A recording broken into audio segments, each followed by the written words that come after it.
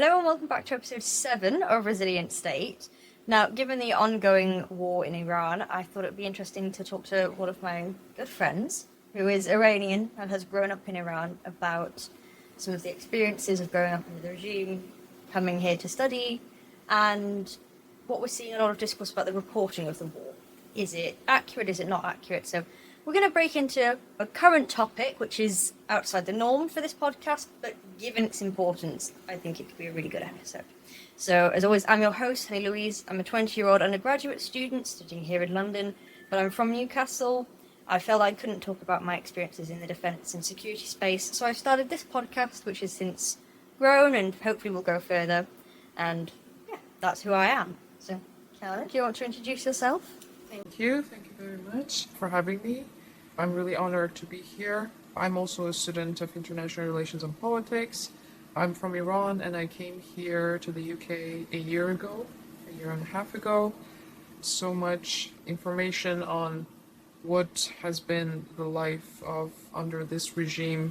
We're going to be discussing that today. And thank you. Thank you for having me. No worries. I'm very happy to. I find that we've been friends for a while and every now and then we talk and you paint a picture of a life so different from what I would imagine my childhood being.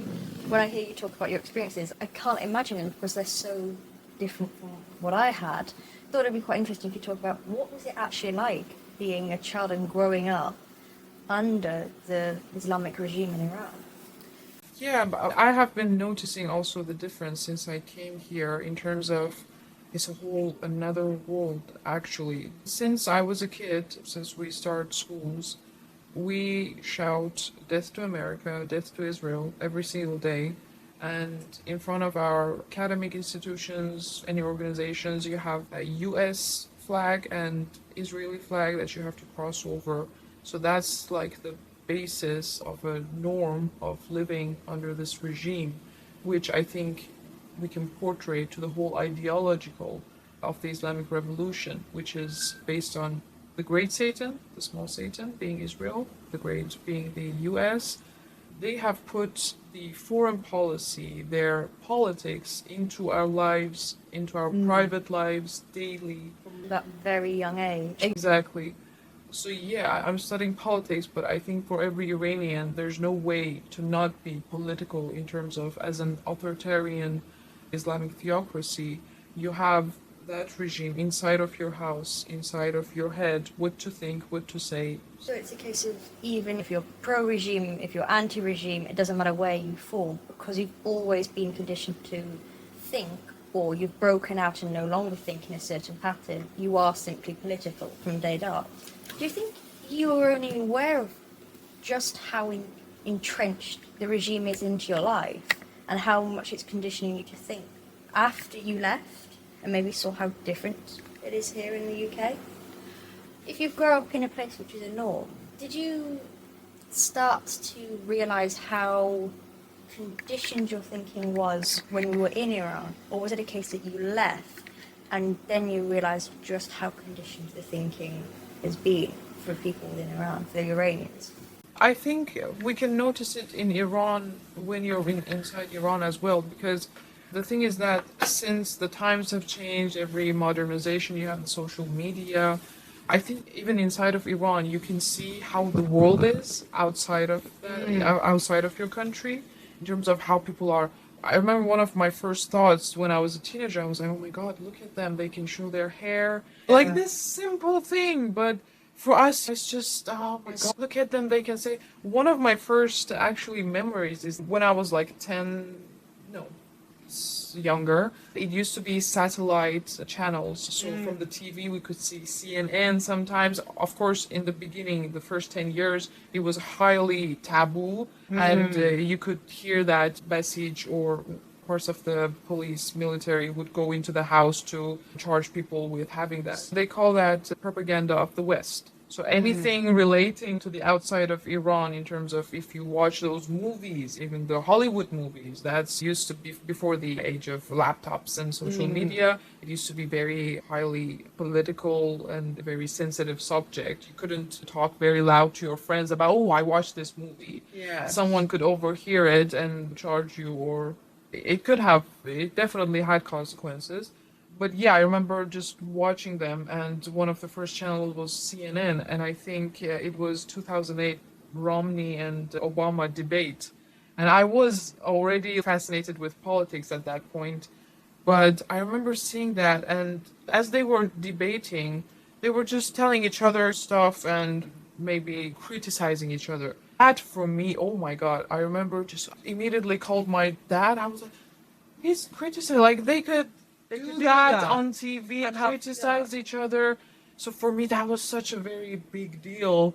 So I remember that was, I think, the beginning that some thoughts began to shatter in terms of why are we saying this to USA? I was realizing I love them. They're wearing what they want. They are saying what they want.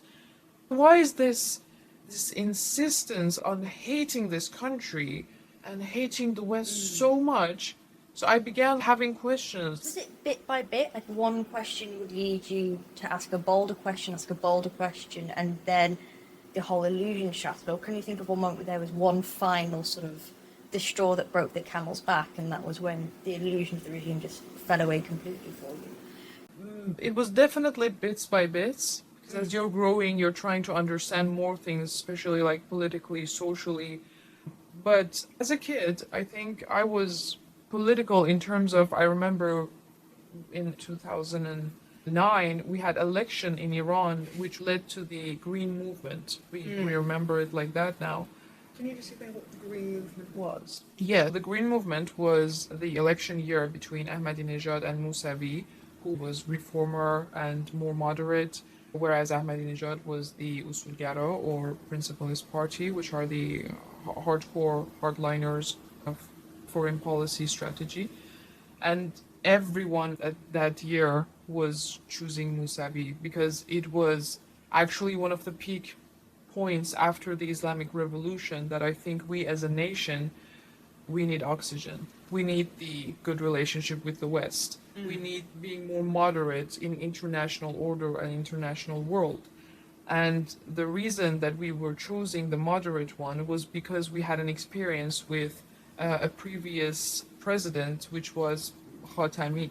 During the Khatami years, when he was president, he actually had a very, not good tone, but he was trying to back down from the anti-US. He was still like in his speeches, you could see the words not being that different, but in actions, the economy was doing very good. The trade was getting more into the free market. They sort of kept the line, but had different behaviours. Yes. The thing is that when we say kept the line, he had to, in terms of he's the president, we have supreme leader. The country was run by the supreme leader's words. Like you can't say anything that is very different toward his rhetoric.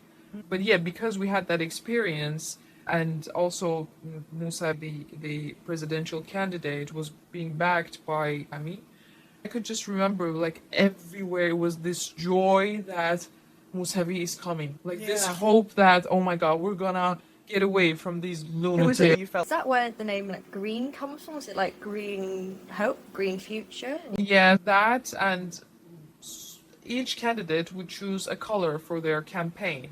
That was like a tradition, and which was aligned with their slogans too. But Musavi at that time, he would put this green thing on his hand, meaning his campaign is green. Whereas, for example, I remember Ahmadinejad was red. It was this color thingy, and the election got flipped because like you could see like majority of the nation were voting for Musavi. You had intellectuals in university, youth, old people, anyone that had this vision of two sides of Islamic regime at that point. It was, we'd seen the hardliners, which we did not like, and we had seen the moderate. So the election got flipped. Everyone was out in the street. There was this joy and this unity and this yearning for justice. Yeah, for a better world and justice, because we knew that flipped, and Ahmadinejad came into power, and they put a brutal crackdown. We have names, we still say the names of Neda Agha Sultan, who they killed in the middle of the street. Everyone knows these Another thing that I want to mention, that's the thing, when you grow up in Iran as an Iranian, we are marked with names. People we didn't know. I don't know neither of them, like none of them. But our bodies, our minds are filled with names that God killed by this regime just for saying what they wanted. Has it been something where you've grown up under a regime where you said you've marked by names that you learn not to say whatever it is that you want because you see what happens to these people who did and how they were treated? Was it something that people have to learn to speak out against the regime because for so many years they're conditioned not to, and they know what happens if they do? You have to actually learn it, become brave enough to do so. It's not a case of actually you can just say, oh, you will if you don't like the regime. It's actually far braver than you realise because of how entrenched that control is. Yeah, it is. And I think in terms of when you learn it, your environment pushes you towards speaking up against the regime. Because unfortunately, I always say this, even if this regime would from time to time, literally, from time to time, just smile at these people. Just maybe a little freedom and then go and corrupt the world, do the terrorists, Yes. everything. But they didn't do that either. Right now, the news is all about Iran. I say the Islamic Republic specifically because we all know that, I hope everyone knows, Iran is very different than the Islamic Republic. This is the huge difference in ideology, in our culture, literally even in our culture. They repress the traditional Persian festivals and celebrations, don't they? I think there's one, the Winter Solstice Festival. I don't know the name of it. You wear red, you eat lots of like red-coloured foods like pomegranates. I've seen it celebrated here in London, and I heard it's celebrated here because it's not allowed to be celebrated, even though it is actually a part of Iranian history and Iranian culture. The regime, which isn't Iranian, tries to repress that. Exactly. I want to quote Khomeini himself, the leader of the Islamic Revolution. After he came into power, amongst those years, he specifically said that we don't need patriots, we need Muslims. So this again shows how this regime was based on Islamic ideology, which, if we want to even go back, Iranians, Persians were Muslims for centuries, yes, but they were conquered by Islam. And I know during the years of Shah, there were a lot of criticism from the people that he was westernizing Iran and people were yearning for their religious. Yeah, you see the old photos of Tehran back in the day when there was I think it was something like the hippie trail where you go all the way across through Europe and then through Iran and through Afghanistan, and then in Iran there was the revolution. But it seems so Western and normal, and you just look at it and you're like, it reminds me of like sort of 1960s London street, only with gorgeous architecture in the background. Yeah, exactly. Unfortunately, we cannot make that era also perfect, 100% perfect, as some Iranians right now are trying to do just to be anti-regime. I get the sentiment behind it, but still, when you want to push something onto people that they are not ready, it backfires. It backfires in terms of people who wanted more religious culture, more religious stuff, more freedom of inside practicing of the religion during Shah's time, which Shah was not particularly in favor of. But the Islamic Revolution happened, and they took Iran way back. I remember, as you said, we had, we call that Yalda night, Shab Yalda. It's the longest night of the year, and we celebrate it wearing red, as you said, dancing, you read Hafiz, poems, very beautiful and very joyful. Yeah, I've seen it. Everybody just seems very happy and joyous, and also it's very beautiful. And I find in some ways, it's almost hard to explain, but when it's celebrated and I saw it celebrated, it felt very old as the celebration. It felt very sacred in a way, even though it wasn't necessarily like a religious festival. It still carried lots of weight, very beautiful to see. Yeah, yeah. It is, and as you said, the regime, even in my time growing up in Iran, I could see every year that we had less cultural celebrations, as in terms of having put a word of a poet. We have, like, Persian culture has a very prominent, notable poets, all of these, and they took them one by one. Our books, when I was in school with his books, it's totally different. Everything is now religious, even history book. I remember we used to have England, America, Russia as this three big bad wolf in our history. Everything was, they were the very bad guys. They have put Russia out. In my brother's books, there's Russia's just helping them with the Shiads, right? Which means, isn't it Persian? It translates as predator. I've seen lots of analysts saying as Russia's helping massively, and likewise Iran has been helping Russia.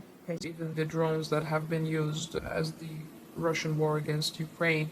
You can see the Shahed missiles and drones. The Islamic Republic, they changed the narrative of culture and joyful and life to death, to anti-West hatred, and yeah, just rigid religious narratives that promote only death and hatred. That's it. I imagine in Iran, did you have to grow up religious and practicing the Muslim faith, or is it not quite like that actually growing up in Iran? The thing is, I actually believe that, first of all, I'm thankful for my family, which are not religious, very liberal kind of thingy. But I could see that even when I was a small kid, my dad or my mom, as being the older adults, maybe pray from time to time, or it wasn't a very hostile situation towards religion, just normal. Now, we are actually not hostile in terms of hatred kind of thing. I came here, and I'm just telling this story so that viewers can get a personal touch of what it's like. I came here, and I was telling my mom that there's a mosque she was like, don't go nowhere near it. It's not that she's still a Muslim. I'm still a Muslim. It's not in terms of she dislikes the mosque itself, but now for us, it has been, we have been traumatized by religion and mosques especially. And I want to also mention that there is critics amongst the people outside, especially Muslim community, towards the people who in the protest burned mosques. Let me tell you why. Our mosques are not a place of holiness or worship.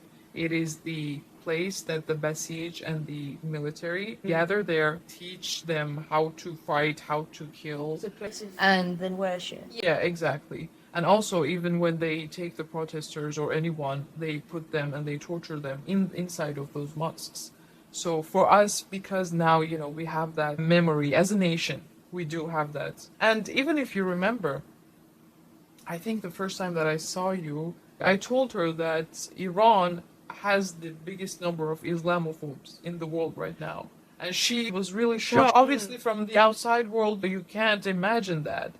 But again, I don't mean to offend any religion. Well, I'm still a Muslim. It's not about the religion itself. It's about how you have a dictatorship It's that how- combines. I think that's a big part, because I think in Iran, now I'm not fantastic on the different sort of sections of the Muslim faith, but the regime is Shia Muslim, right? And then in Iran, you also have large, isn't it, Sunni Muslim communities. And so actually, I think one of the things to understand about the regime, which is often missed in media, is that it's hard line of understandings and interpretations of the Quran and the Islamic faith. Yes. Yeah. Yeah.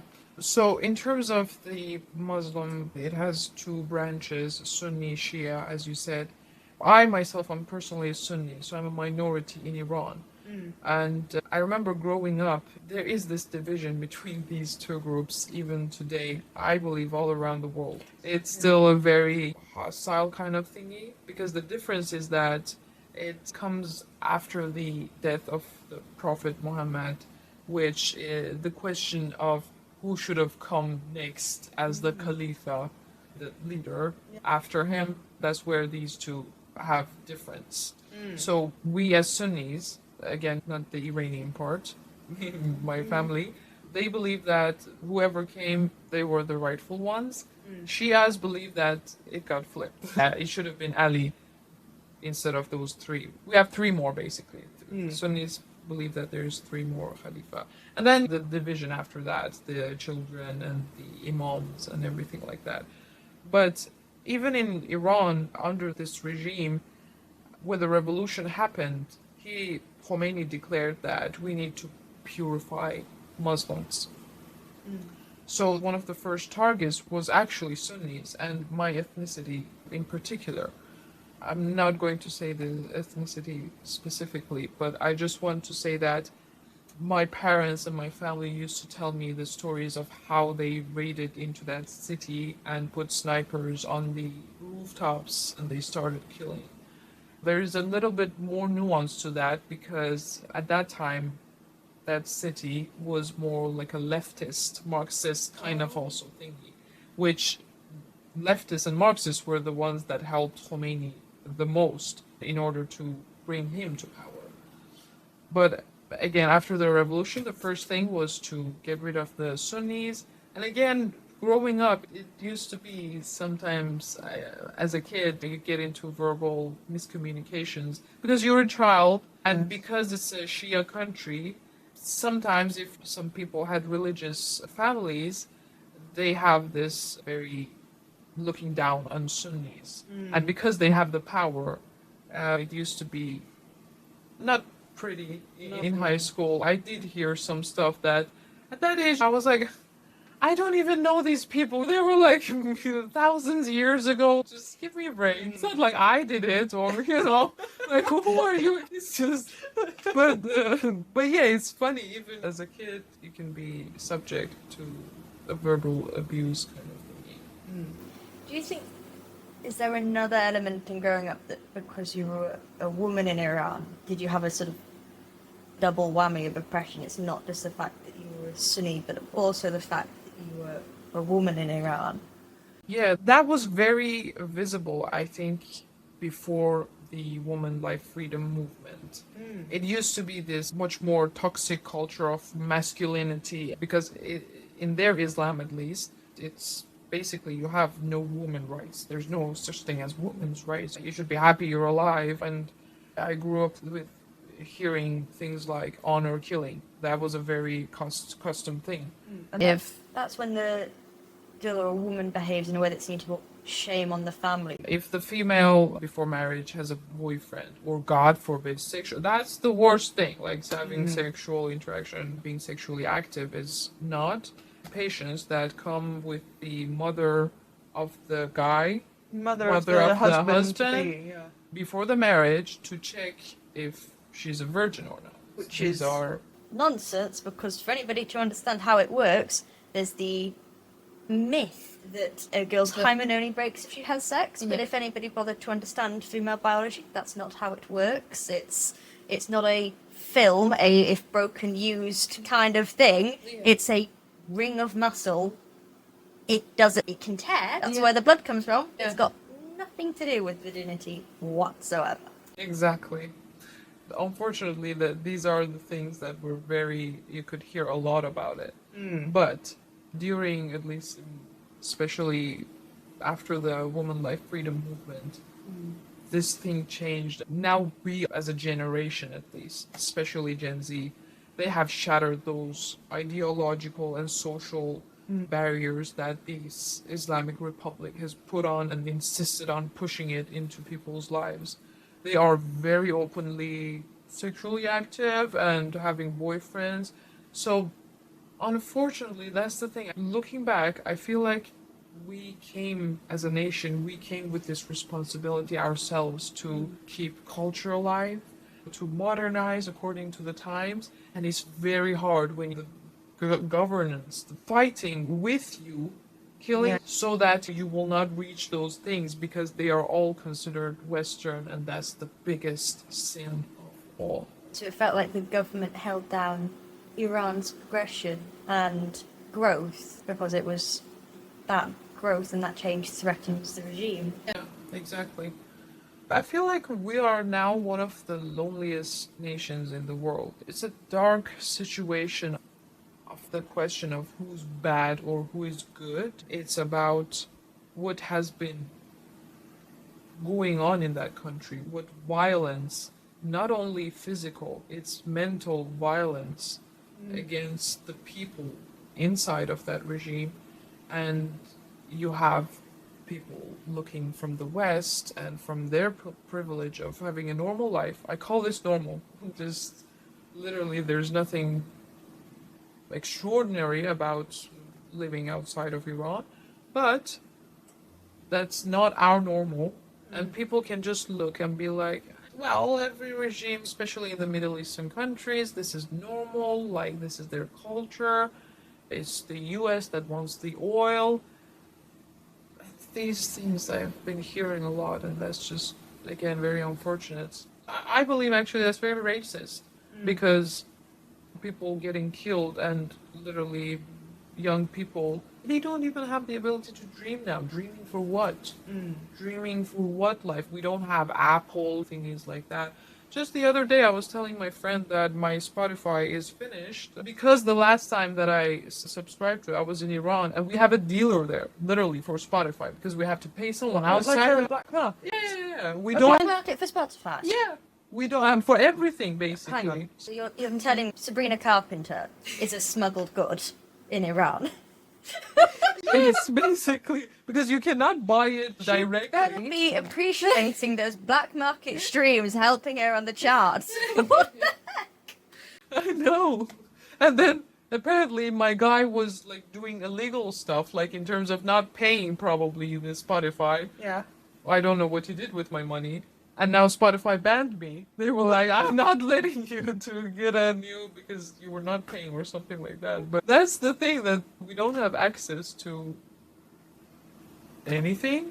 Even education websites, YouTube, Instagram, we should get with VPN, which the speed of the internet is bad. You have to pay for the VPN also. So it's just, we have given a lot just to feel normal time to time.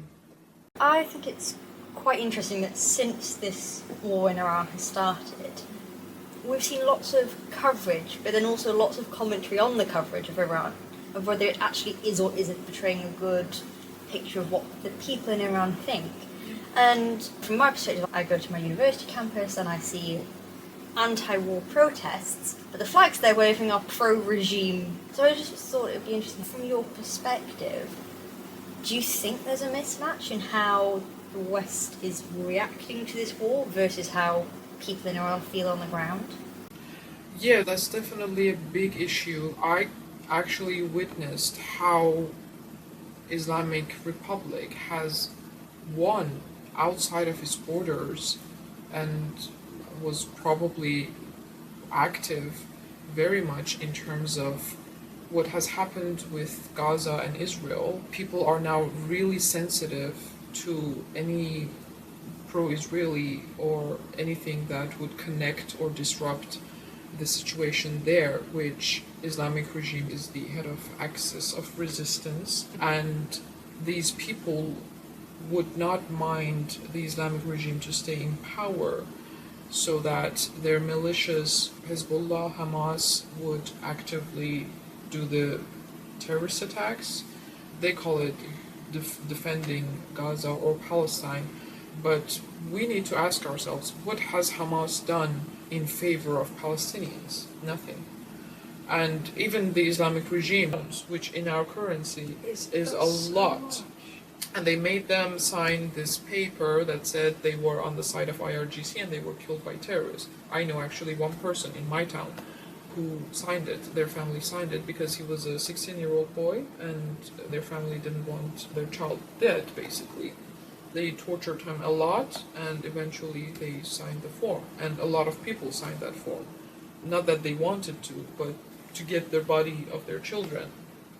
So yeah, we have been through all of that, but yeah, hopefully better days will come without this regime and a free Iran where our girls can dance in the streets, women can sing. That's also another thing that we don't have.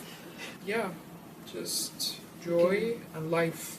We want life back. That's why the slogan during the woman life freedom movement was woman life zan zindagi azadi.